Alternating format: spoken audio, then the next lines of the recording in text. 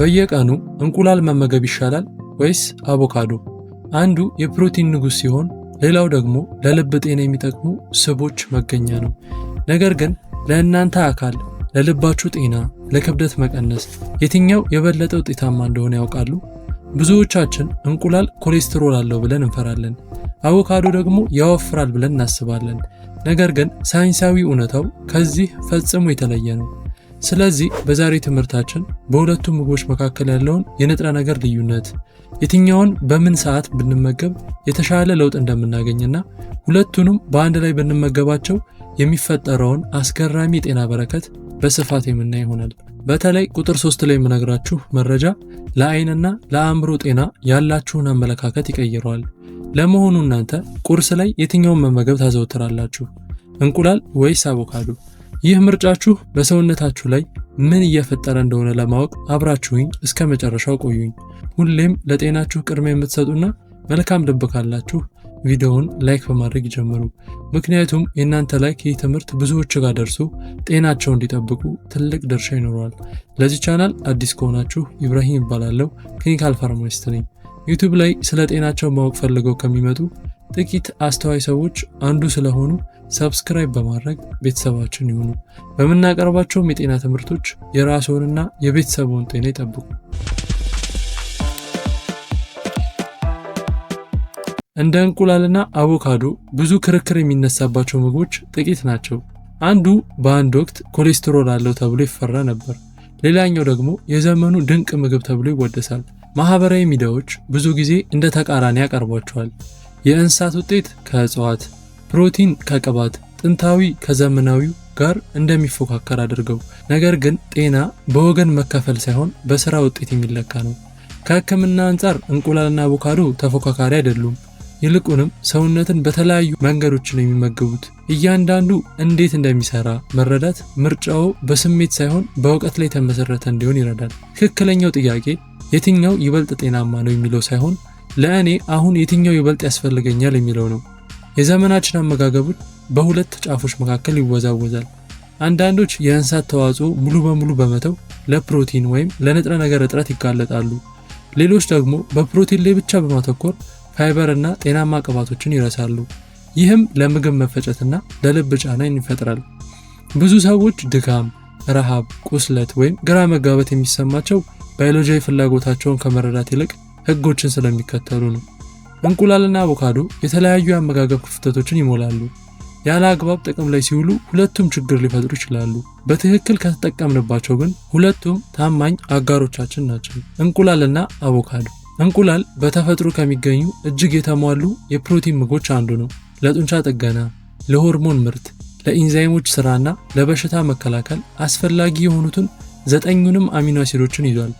ይህ ደግሞ እንቁላልን ለሚያርጉ ህፃናት፣ ለአረጋውያን፣ ስፖርት ለሚያዘወትሩና ከህመም ለሚያገግሙ ሰዎች እጅግ ጠቃሚ ያደርገዋል።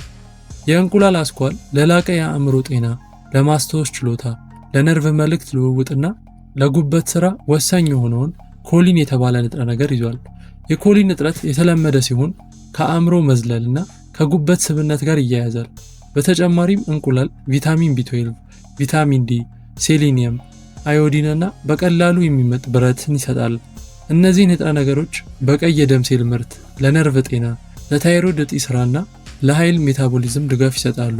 ከሆርሞን አንጻር እንቁላል ለቴስቶስትሮን፣ ለኤስትሮጅን መመጣጠንና ለጭንቀት መቋቋም ሆርሞኖች ጠቃሚ ነው። ምክንያቱም ኮሌስትሮል ለሆርሞን ግንባታ እንደ ጥሬ ዕቃ ያገለግላል። በጣም ጥቂት ቅባት ወይም ፕሮቲን በሚመገቡ ሰዎች ላይ የሆርሞን ድካም የተለመደ ሲሆን እንቁላል ይህንን ለማስተካከል ይረዳል። ይሁን እንጂ እንቁላል ምንም አይነት ፋይበር የለውም። ይህ ማለት የአንጀት ባክቴሪያዎችን በቀጥታ አይረዳም። ስለዚህ ከአትክልቶች ወይም ከእጽዋት ምግቦች ጋር መበላት አለበት።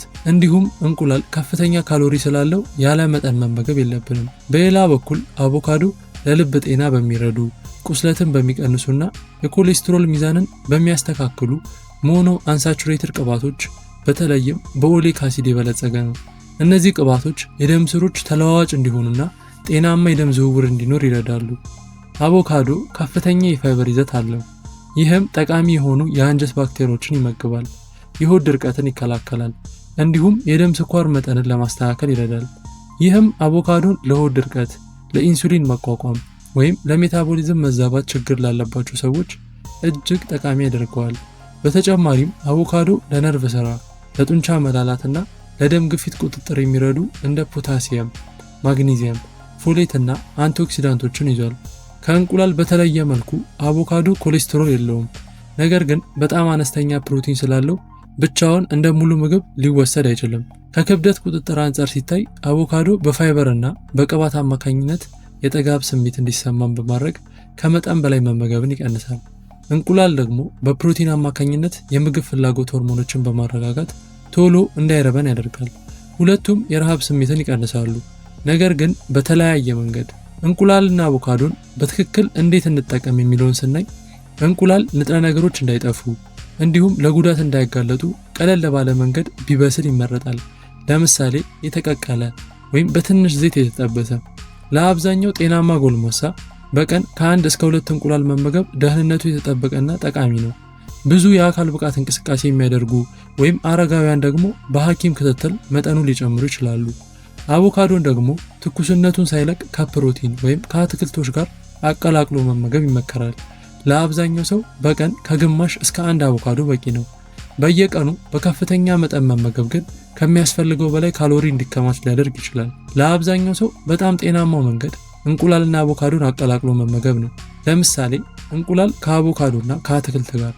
ይህ በአንድ ጊዜ ፕሮቲን፣ ጤናማ ቅባቶች፣ ፋይበር እና ጥቃቅን ንጥረ ነገሮችን የያዘ የሚዛናዊ ምግብ እንዲያገኙ ያደርጋል። ስጋቶችና ጥንቃቄ የሚገባቸው ሰዎች እንቁላል ለአለርጂ ተጋላጭ የሆኑ፣ ለተወሰኑ የሰውነት መከላከያ አቅም መዛባት ያለባቸው ወይም ለኮሌስትሮል በጣም ስሜታዊ የሆኑ ሰዎች ላይ ችግር ሊፈጥር ይችላል። ይሁን እንጂ ዘመናዊ ምርምሮች እንደሚያሳዩት እንቁላል በአብዛኛው ጤናማ ሰዎች ላይ ለልብ ህመም የመጋለጥ እድልን በከፍተኛ ሁኔታ አይጨምርም። የስኳር ህመም ወይም የላቀ የልብ ህመም ያለባቸው ሰዎች ግን አወሳሰዳቸውን መከታተልና ባለሙያ ማማከር አለባቸው። አቮካዶ ደግሞ የምግብ መፈጨት ስሜታዊነት ወይም የአንጀት መቆጣት ባለባቸው ሰዎች ላይ የሆድ መነፋትን ሊያስከትል ይችላል። በተጨማሪም በውስጡ ያለው የፖታሲየም መጠን ከፍተኛ በመሆኑ የኩላሊት ህመም ያለባቸው ሰዎች አቮካዶን በጥንቃቄ መጠቀም አለባቸው። ማንኛውንም ምግብ ከመጠን በላይ መመገብ ለካሎሪ መብዛት፣ ለምግብ መፈጨት ምቾት ማጣት ወይም ለንጥረ ነገር መዛባት ሊዳርግ ይችላል። ቁልፉ ያለው በራሱ በምግቡ ላይ ሳይሆን በምግቡ ሚዛናዊነት ላይ ነው። በዓለም ዙሪያ ያሉ ጥንታዊ ባህሎች እንቁላልን ለህፃናት፣ ለአረጋውያንና ከህመም ለሚያገግሙ ሰዎች እንደ ብርታት ሰጪ ምግብ ይጠቀሙበት ነበር። በእጽዋት ላይ የተመሰረተ አመጋገብ ያላቸው ማህበረሰቦች ደግሞ እንደ አቮካዶ ያሉ ቅባታማ ፍሬዎችን ለልብና ለምግብ መፈጨት ድጋፍ አጥብቀው ያከብሩ ነበር። ዘመናዊ ምርምሮችም ሁለቱም በንጥረ ነገር የበለጸጉ መሆናቸውን ያረጋግጣሉ። አንዱ ከሌላው ይበልጣል የሚባል ነገር የለም። ጤናማነቱ የሚወሰነው እንደ ግለሰቡ ሁኔታ ነው። እንቁላል ከአቮካዶ አይበልጥም፣ አቮካዶም ከእንቁላል አይበልጥም። ሁለቱም የተለያዩ ባዮሎጂያዊ ስራዎች አላቸው። እንቁላል ይገነባል፣ ይጠግናል። አቮካዶ ደግሞ ይጠብቃል፣ ያስተካክላል። ጤናማ አመጋገብ ማለት አንዱን ወግኑ ሌላውን ማግለል ሳይሆን የሰውነቱን ፍላጎት ተረድተው በሚዛናዊነት ማቅረብ ነው። ከሁለቱ አንዱን ሲመርጡ በግንዛቤ ይሁን፣ ሁለቱንም ሲመርጡ ደግሞ በልኩ ይሁን። እውነተኛ ጤና የሚገኘው እዚህ ላይ ነው።